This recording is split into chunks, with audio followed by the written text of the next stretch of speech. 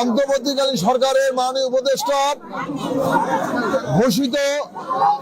সময় অনুযায়ী আমাদের বাংলাদেশের নির্বাচন কমিশন আগামী ফেব্রুয়ারি মাসের 12 তারিখ নির্বাচনের তফসিল ঘোষণা করেছেন। সেই তফসিল অনুযায়ী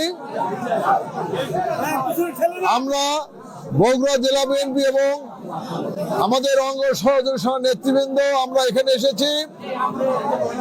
কিন্তু আমরা আইনের প্রতি শ্রদ্ধাশীল বিধায় আমরা 5 জন ভিতরে যে আমরা বিএনপি ভারপ্রাপ্ত চেয়ারম্যান, বাংলাদেশের গণমানুষের নেতা, যিনি দীর্ঘ 17 বছর ফ্যাসিস্ট আওয়ামী সরকারের বিরুদ্ধে সুদূর প্রবাসে থেকে লড়াই করেছেন, সংগ্রামের নেতৃত্ব দিয়েছেন, মানুষের ভোটের অধিকার আদায়ের লক্ষ্যে, এদেশে গণতন্ত্র পুনরুদ্ধারের লক্ষ্যে,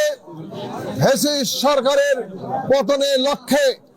এবং এদেশের মেহনতি জনগণের ভাগ্যের পরিবর্তন লক্ষ্যে সেই কাঙ্ক্ষিত নির্বাচন আগামী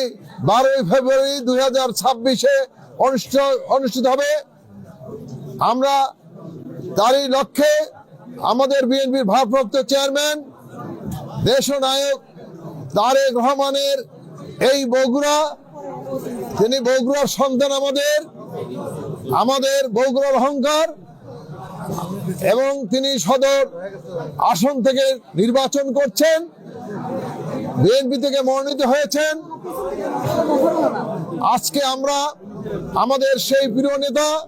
বগুড়ার সন্তান তারেক রহমানের মনোনয়নপত্র আমরা আমাদের মাননীয় জেলা প্রশাসকের কাছ থেকে আমরা